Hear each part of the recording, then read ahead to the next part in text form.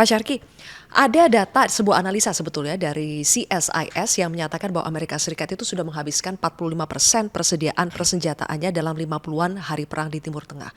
Bagaimana analisa dari Pak Syarki? Jadi yang jelas itu 45% itu angka kasarnya ya. Untuk rudal Tomahawk itu sudah habis sebanyak 40%. Tomahawk itu adalah rudal yang ditembakkan dari kapal, bisa terbang sejauh mungkin 1000 kilo untuk menyerang sasaran darat.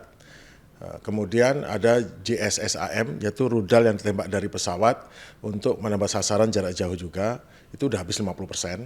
Kemudian rudal Patriot, itu lebih parah lagi, itu habis mungkin di atas 50%. Kemudian rudal THAAD itu untuk menangkis serangan balistik, itu lebih dari 50%. Permasalahannya adalah Amerika itu memiliki beberapa hotspot. Hotspot itu maksudnya tempat yang harus diawasi. Satu Eropa terkait Ukraina, satu adalah Asia Timur, yaitu Korea dan Jepang, serta Filipina ya ada pangkalannya.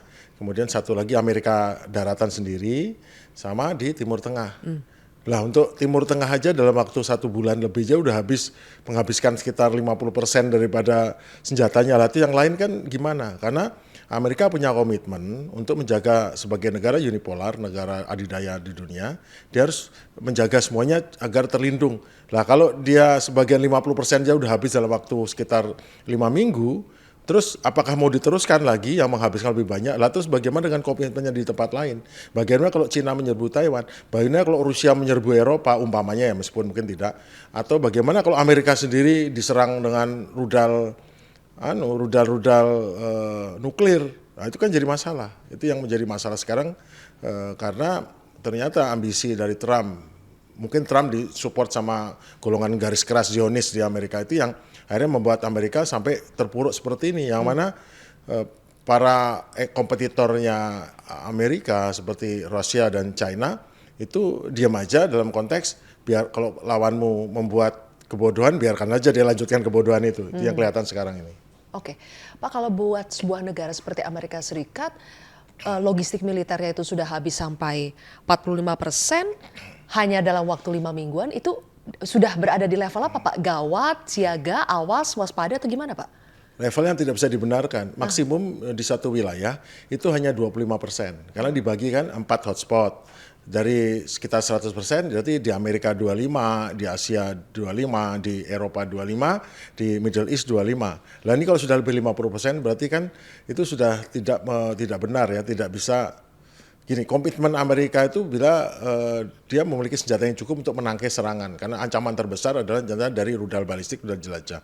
Nah kalau dia tidak bisa menangkis ancaman, itu berarti dia tidak bisa pada posisi untuk melindungi lagi. Jadi banyak negara akan mengkalibrasi perjanjiannya seperti NATO. Itu banyak negara-negara di bawahnya sudah mempertanyakan, bahkan Spanyol itu menutup pangkalan militer loh, Amerika loh, atau yang terkait Amerika di sana.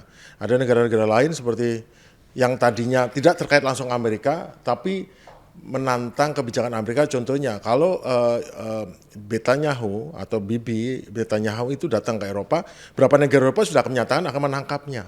Itu artinya kan sudah menentang hegemoni Amerika yang memaksa sekutunya untuk melanggar hak asasi manusia atau melanggar aturan internasional demi Amerika. Sekarang mereka berbalik ke aturan internasional yang oleh Amerika sendiri dianggap tidak relevan dengan posisinya. Itu yang terjadi. Oke, jadi Pak, dengan stok senjata militer yang sudah menipis seperti itu, Amerika akan memainkan strategi apa ya? Dia akan terus saja lanjut dengan memblokade Selat Hormuz atau kembali akan ada juga serangan-serangan kinestetik yang rudal dan segala macam?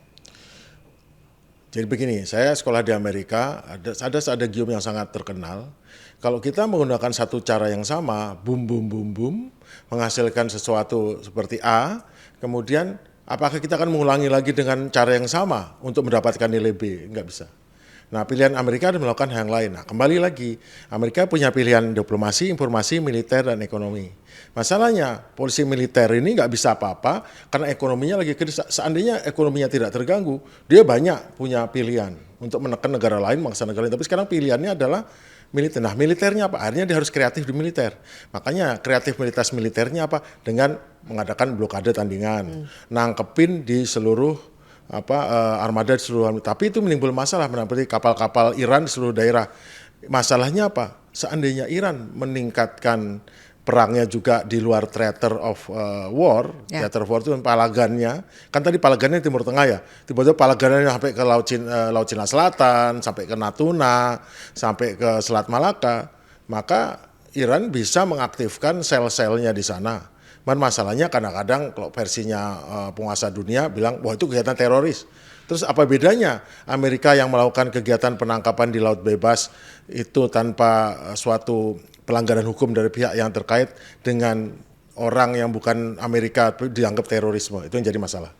Nah, yang kedua adalah apa yang bisa dilakukan oleh Amerika adalah dengan melakukan, biasanya mereka melakukan sanksi kepada pihak-pihak yang terkait dengan. Nah sekarang apakah dia memberi sanksi kepada Spanyol, memberi sanksi kepada Hungaria, memberi sanksi pada Perancis, memberi sanksi pada Belgia, pada negara-negara temannya sendiri yang mengancam Bibi. Mereka sudah nggak takut. Karena tahu bahwa Amerika terlalu complicated, terlalu ribet urusannya untuk memberi sanksi pada negara lain. Oke. Terus Pak Syarki, kalau kita lihat kan sekarang ketika Amerika sudah menggeser strateginya dengan memblokade jalur pelayaran Selat Hormuz itu, kan sekarang IRGC kita lihat juga sudah mulai Pak ya mencegat, menyita kapal, tadi yang Pak Syarki sebutkan, ada MSC Francesca, kapal kontainer berbendera Panama yang menurut IRGC itu sebetulnya adalah milik rezim Israel, dan kapal Epaminondas, kapal kargo berbendera Liberia. Pak, apakah sekarang karena gencatan senjata itu sudah habis buat Iran akan semakin frontal untuk mencegat kapal-kapal yang seperti itu, Pak? Peresyan, Presiden Iran mengatakan meskipun mereka tidak pada hari gencatan senjata berakhir, itu di Teheran itu ada pawai besar yang gembira bahwa sampai gencatan senjata berakhir Iran tidak tunduk dan mari kita perang gitu. Dengan pawai besar ada ibu-ibu Iran bawa rudal bawa drone Syahid warna pink, kemudian bawa malah gotong di jalan raya itu menggotong peluncur roket, peluncur rudal dan segala macam. Itu malah nantang. Tapi yang dilakukan oleh Trump, dia memperpanjang.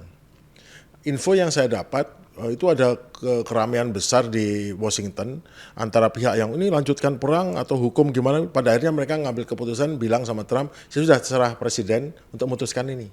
Dan Trump, dia masih waras juga ya, masih rasional, memutuskan untuk perpanjang tanpa batas waktu. Perpanjang tanpa batas waktu itu untuk jangan sampai dia dipermalukan lagi oleh dirinya sendiri dengan mengancam, saya waktunya tiba, orang ayo mari perang, malah dia nggak bisa berperang karena dia tahu resikonya lebih besar daripada. Resikonya adalah, seperti sering saya bilang, adalah resikonya harga naik terus, inflasi, berakhir resesi, dan dia impeach. Tapi dia sekarang bagaimana caranya dia ini? Nah, ada terjadi sesuatu pada saat itu yang berakhir dengan pemecatan daripada sekretaris Angkatan Laut. Jadi gini, di Amerika itu kalau di Kementerian Pertahanan, sekarang Kementerian Perang, itu membawahi 5 angkatan. Angkatan Darat, Laut, Udara, kemudian Marinir, sama sama Angkasa Luar, Space Force. Masing-masing angkatan ini memiliki seorang sekretaris sipil. Tugas sekretaris ini melihat angkatan itu biasanya untuk pembelian senjata, rekrutmen terkait dengan soal-soal administrasi pengembangan angkatan itu. Nah, sekretaris Angkatan Laut ini adalah pendukung Trump yang ditunjuk ini, tapi dia sering bentrok dengan Hegseth, si Menteri Perang ini, terkait dengan, nah ini yang unik, terkait dengan kecepatan untuk memperbaiki atau mempersiapkan kapal-kapal dan pengembangan. Namun kali ini dia nggak bisa memenuhi untuk dipercepat sehingga bisa memenuhi keinginan untuk melakukan tindakan di Timur Tengah. Itu kira-kira. Nah, tapi orang ini juga sekali punya hubungan langsung ke Trump. Hegseth ini marah sekali karena beranggapan, kalau ini hubungan Trump saya dilewatin begitu. Orangnya agak kanak-kanak Hegseth, si mayor cadangan yang berhenti karena ada masalah ini. Itu akhirnya dia ngomong sama Trump, akhirnya diberhentikan. Nah, ini kan masalah besar bagi Amerika. Di saat lagi sedang konflik seperti ini, Kepala Staf Angkatan Darat mengundurkan diri, Ya. Sekretaris Angkatan Laut mengundurkan diri, pasti ada sesuatu. Betul ada sesuatu. Bahwa Amerika sudah overstretching. Dia sudah melewati. Mengerahkan pasukan selama sebulan penuh di suatu tempat tanpa program yang jelas, tanpa ini hanya mengandalkan akan cepat selesai, nyata nggak selesai, itu membutuhkan komitmen panjang. Ada orang-orang yang harus dirotasi, ada kapal yang harus diperbaiki, ada senjata yang harus diperbaiki, ada pergantian dan itu sudah sangat sulit karena pangkalan yang berada di Timur Tengah, di Teluk itu sudah hancur semua. Pilihannya hanya ada pangkalan di Mediterania, di Itali, Yunani, atau di Diego Garcia atau di Singapura, jauh sekali. Itu kan menimbulkan konflik karena tidak make sense, tidak masuk akal rencananya Trump ini. Dan jadi dulu pada saat melaksanakan serangan ini semua menasihati jangan serang Iran kecuali Menteri Perang ini dengan dua orang yang jadi apa? Jadi juru bicara atau juru runding itu, Hegseth sama Kushner itu. Nah sekarang ini makin terjeblos, itu yang terjadi di belakang layar, yang terjadi di Washington. Apa artinya Pak? Kan kalau di depan publik bilangnya mengundurkan diri Pak ya, tapi mungkin di belakang layar sebetulnya itu dipecat. Nah, apa artinya kalau banyak sudah jumlah pejabat militer di Amerika Serikat yang dipecat atau mengundurkan diri selama masa perang ini Pak? Di Amerika itu orang-orangnya itu meskipun presidennya unik seperti ini, tapi mereka biasanya tidak mau bertanggung jawab pada terjadinya suatu kelanjutan. Semua ada rencana, tapi kalau rencana itu tidak sesuai dengan prosedur atau tidak sesuai dengan rencana atau jatuh kemana-mana dan mengakibatkan nanti harus ada pertanggungjawaban, maka orang-orang itu lebih memilih mengundurkan diri pada harus bertanggung jawab. Bukan itu saja, yang paling penting adalah namanya adalah kepala bagian anti terorisme dari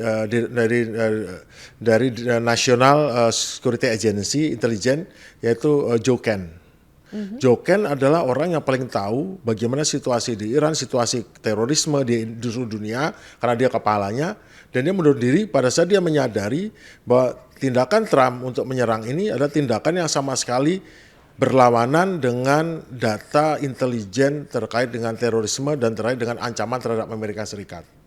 Dia mengundurkan diri, kenapa? Karena dia nggak mau tercatat dalam sejarah atau nggak mau tercatat dalam buku putih kelak kalau ada investigasi mengenai kekonyolan ini, dia lebih baik untuk mengundurkan diri. Jadi memang ini sudah sangat pada posisi yang sangat parah di Amerika, di mana negara yang harusnya follow the rules, menjadi semua rules diabaikan demi kepentingan nasional yang sebetulnya kepentingan nasional dikalibrasi untuk kepentingan Israel. Bukan kepentingan. Jadi dari semua parameter kepentingan nasional hampir tidak memenuhi syarat untuk melanjutkan operasi ini ataupun peperangan ini. Jelajahi cara baru mendapatkan informasi. Download Metro TV Extend sekarang.